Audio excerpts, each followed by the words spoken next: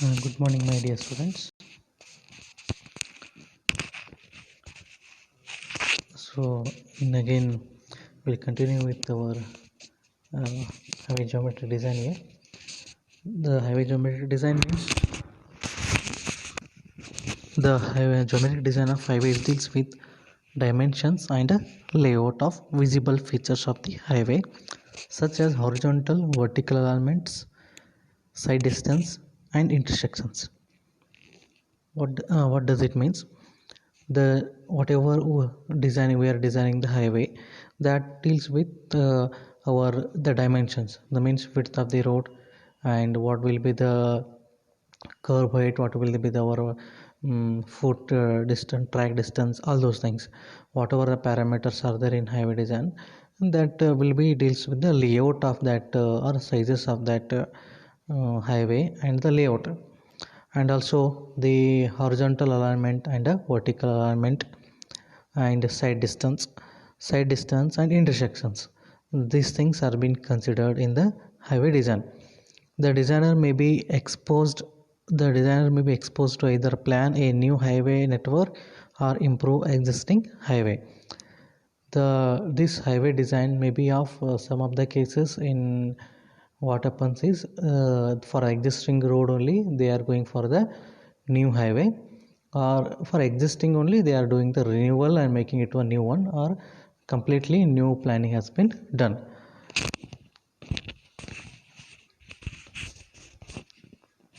This has been done to meet the requirement of the existing and anticipated traffic. So for the present, whatever the traffic is there, for to meet that one, the renovation and the new design has been carried out. So but actually what happens is, whenever you are designing for a highway, so by keeping in view of the next 10 to 20 years plan, so what will be the probable the population on that road. Okay, by keeping in view of this, the designer has to be carry the design work for the highway works. Okay, so it is possible to design and construct highway in stages, but the geometric elements have to be planned in a initial stages only. It will be expensive and difficult to improve later. The whatever when the designer has to start a planning of those works or designing of those works, it has to be carried out in stages in the by considering the geometric elements have to be planned in the initial stages only. That means by keeping in view of the future 10-20 years, the elements of the geometry are to be planned properly in stages. The geometric design of highway deals with the following elements, that is cross-section element, side distance consideration, horizontal alignment, vertical alignment, intersection elements. These are what the different elements. This has to be taken care, this has to be carried while doing the geometric design of the highways. So we'll go one by one here. So what is design control and the criteria? So in that, again, factors affecting the geometric design of highway, factors which are going to influence the highway geometric design, that is topography of the area. Topography of the area mainly affects the geometric design of highway. The design standards are different areas. In hill area it is necessary to allow for steeper gradient and sharper horizontal curve. So whatever the design parameters or design consideration, whatever we are doing, that are depends upon various factors.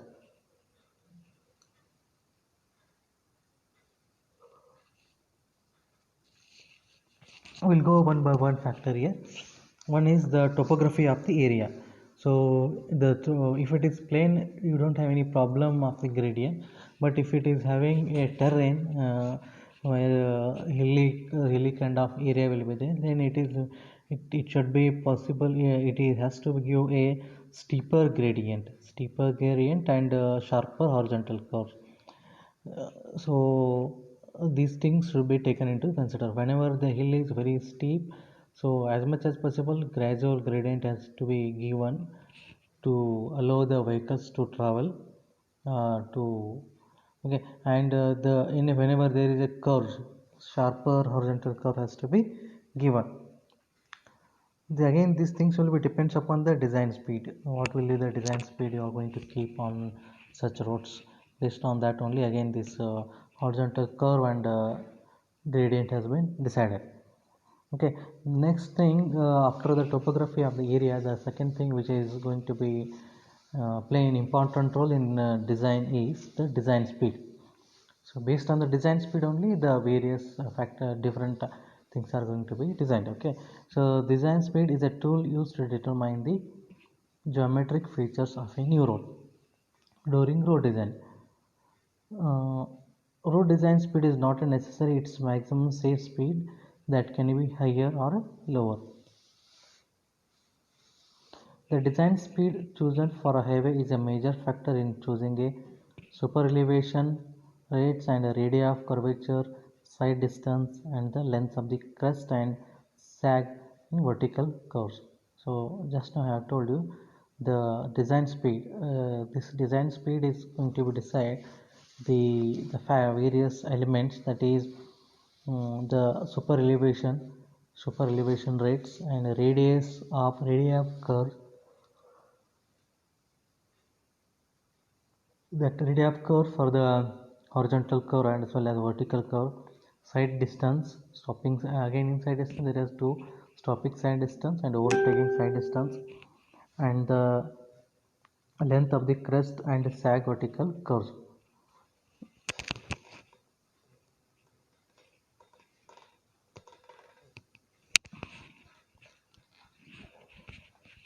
So we'll deal this super, what is super elevation, what is radii of curve, and what is this side distance. All those things in a later part, one by one, in briefly. So just I will tell you what is super elevation. Super elevation means in case of curves, horizontal curves, to maintain the design speed, the and like there is at one end the road has been raised and one end other end the road level has been down. Why means to take a vehicle with a to take a vehicle to take a car with a design speed, it has been raised super elevation. Also the super elevation has been provided for the draining of purpose also, and the radii of the curve, and to maintain the vehicle to maintain a design speed, what should be the radii of that curve. So that deals with that one. And roads with higher travel speed require sweeping curves, steeper curve banking, longer side distance, gentler hill crest and valley. Only the things when there is a design speed is more, then you will have to have the more radius of the curve as and mm, mm, gentler gradient should be the gentler gradient has to be provided, and longer side distance, so that has to be provided when the design speed is more. When the design speed is less, you can have sharper curves, less banking, less side distance, and a sharper hill crest. Now the different speed standards are assigned for different class of roads, and also design speed standards depends upon terrain topography. Design is almost every geometry design element of the road is depends upon the design speed. Traffic factor. The vehicle characteristics, that is car, buses, trucks, motorcycles have different speed and characteristics, and human characteristics of road users, that is physical, mental and physiological characteristics of the driver and the pedestrian, also affect the geometric standards of any road. Here the next factor is the traffic factor. The traffic factor, it is goes on vehicle characteristics. Again, the vehicle, different vehicles having different characteristics. For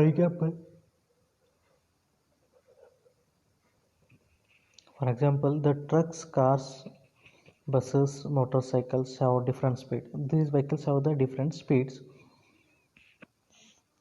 and also it depends upon the human characters, like what will be the mindset, physical and mental mindset of the driver, and the psychological mindset of the driver, and also the pedestrian who are going to use it.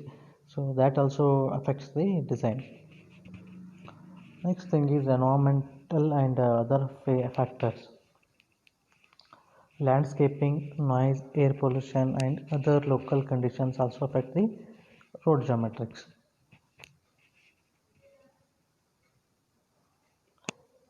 Economy. The design adopted should be economical as far as possible.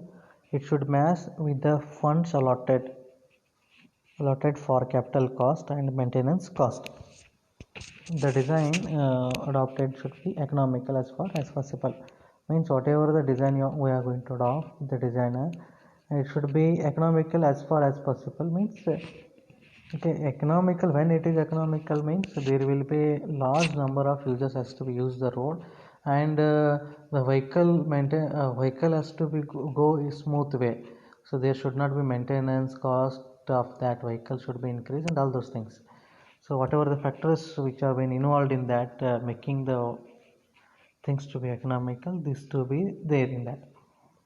The land width. It is the total width of the land acquired by the government along the road for construction and maintenance of the road. No other buildings by public can be constructed on the land width. Land width depends upon the following factors. So it depends upon the two type of road to be constructed, like national highway requires more width as compared to the lower level highways. Again, it depends upon anticipated future increase in the traffic on the route or the economy or industrial development of the areas which it aligns along its route. Highway cross-section elements. Pavement surface depends on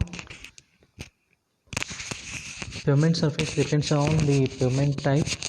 Pavement surface type is decided based on the availability of the materials and the funds and volume and composition of the traffic, subgrade and climatic conditions. The important characteristics of the pavement are friction consideration, unevenness, light reflecting characteristics, drainage of the surface. Friction. So here the various cross-sectional element, highway cross-sectional elements are there.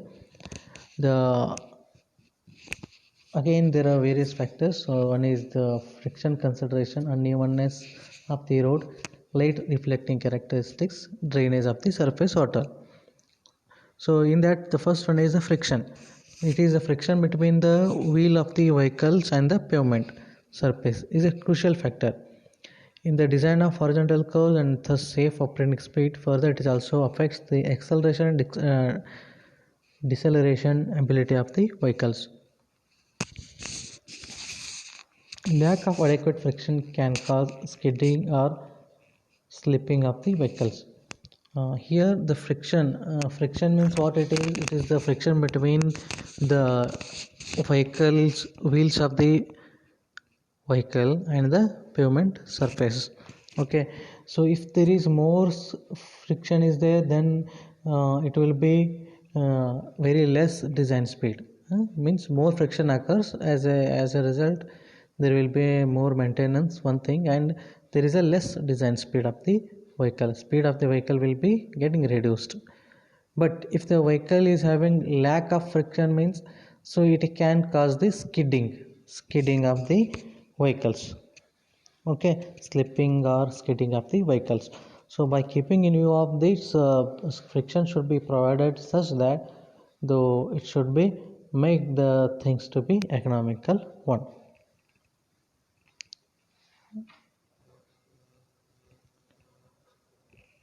So the various factors which are going to affect the friction and the skid resistance. The maximum friction occurred by pavement surface or skid resistance depend upon the following factors.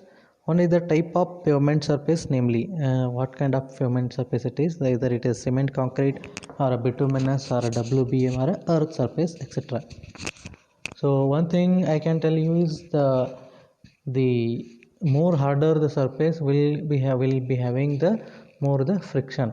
So as compared to this, the cement concrete is having more friction in comparison with the bituminous roads.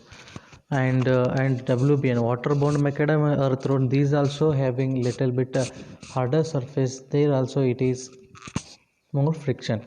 But while comparing to these things, the bituminous road is having less friction resistance, less friction in among these type of roads. The macro texture of the pavement surface or its relative roughness means the texture of the road pavement surface, how the structure of this road pavement surface. So based on that also the friction is going to be decided.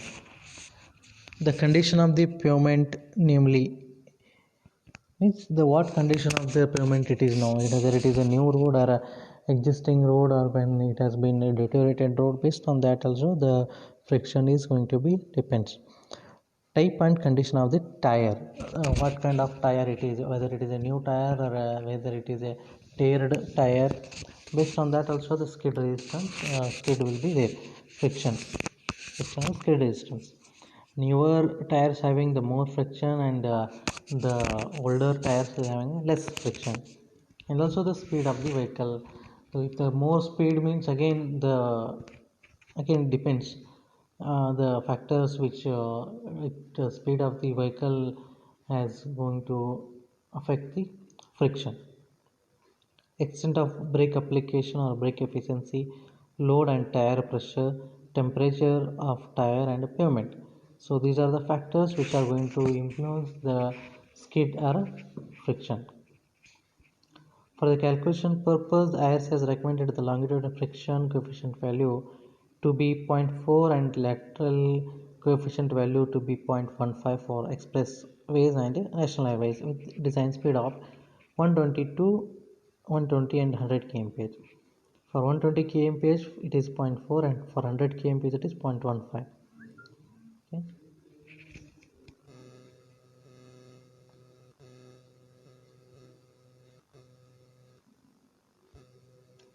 It is always desirable to have an even surface, but it is seldom possible to have such a one. Even if the road is constructed with a high quality pavers, it is possible to develop unevenness due to pavement failure. Unevenness affects the vehicle operating cost, speed, riding comfort, safety, fuel consumption, and wear and tear of the tires. Unevenness of the roads, even road and uneven road. Uneven road means basically the roads has been made even only, but due to condition of the earth or earth beneath the surface of the pavement surface or quality of compaction, the unevenness is going to be built.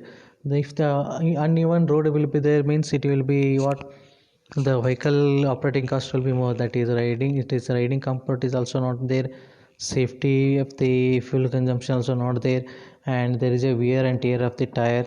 So these are the factors. Unevenness index is a measure of unevenness which is cumulative measure of vertical undulations of the pavement surface recorded per unit horizontal length of the road. An unevenness index value less than 1500 mm per kilometer is considered as a good value, and less than 2500 mm per kilometer is satisfactory up to speed of 100 kmph. And the values greater than 3200 mm per kilometer is considered as uncomfortable even for 55 kmph. Means unevenness index, that value should be 2500 mm per kilometer is satisfactory with 100 mm design speed. So that as much as possible it is less. If it is there 1500 mm per kilometer, then it is good.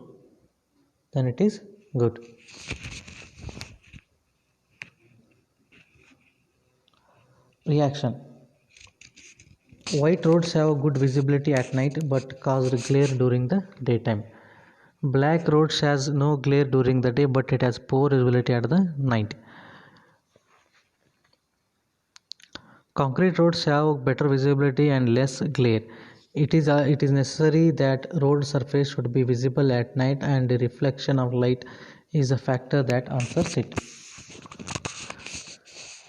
So reaction again, we are having the different types of pavement surfaces. One is black top and a white top. What you call it is majorly black top is for the what kind of it's asphalt road, black top, and white top means it is a cement concrete road. Okay, so black top, you can see the light very good on the black top vehicles, black top. In the during night, this black top will be visible very clearly. Okay, visibility during night on the black top is good, but at the same time visibility during the night time the white top will be very less.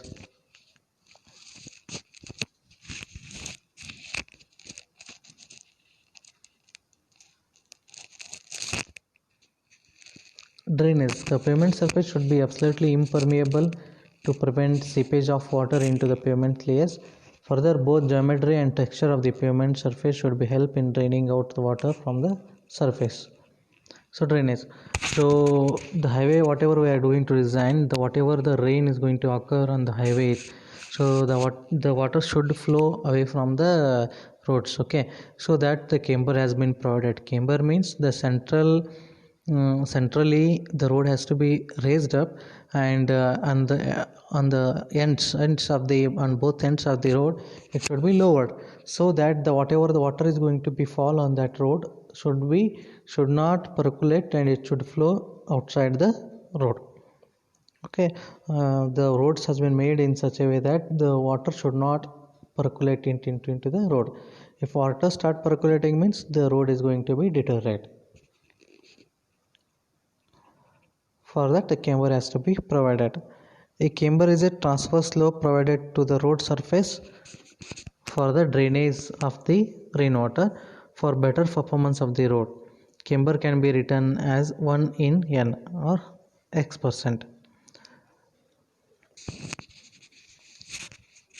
Drainage of the rainwater is necessary to maintain the safe value of the friction between road surface and the tires, and to maintain the strength and durability of the surface concrete, and to maintain the durability and strength of the subgrade soil. This can be harmed if the infiltration of the water takes place to it.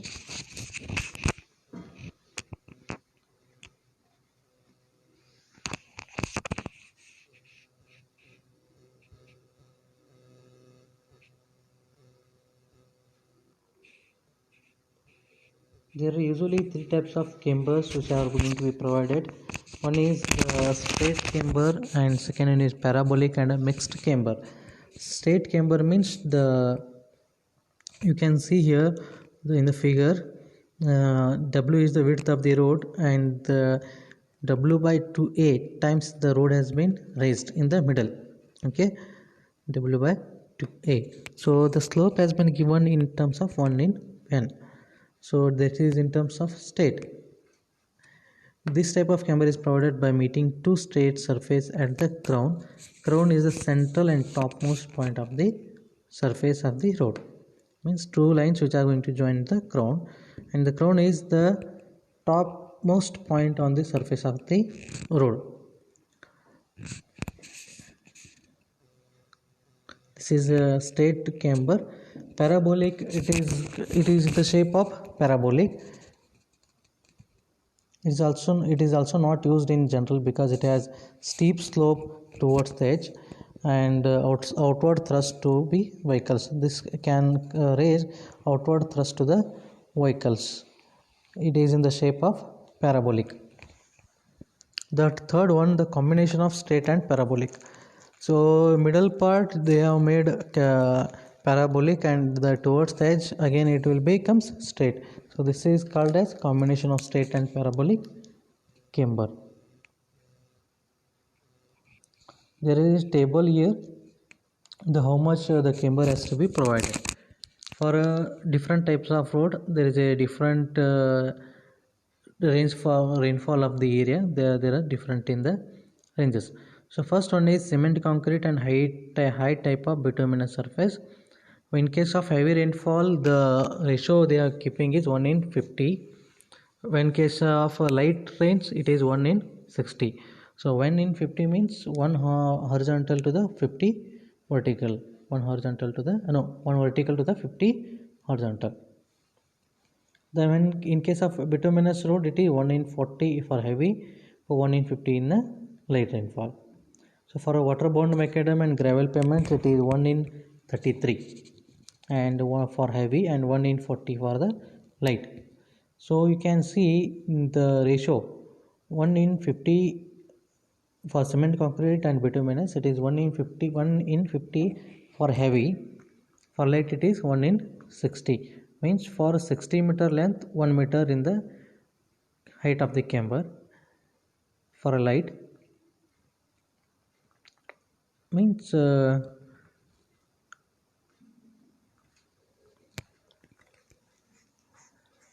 slope will be less. 1 in 60 means slope will be less, 1 in 50 means slope will be more.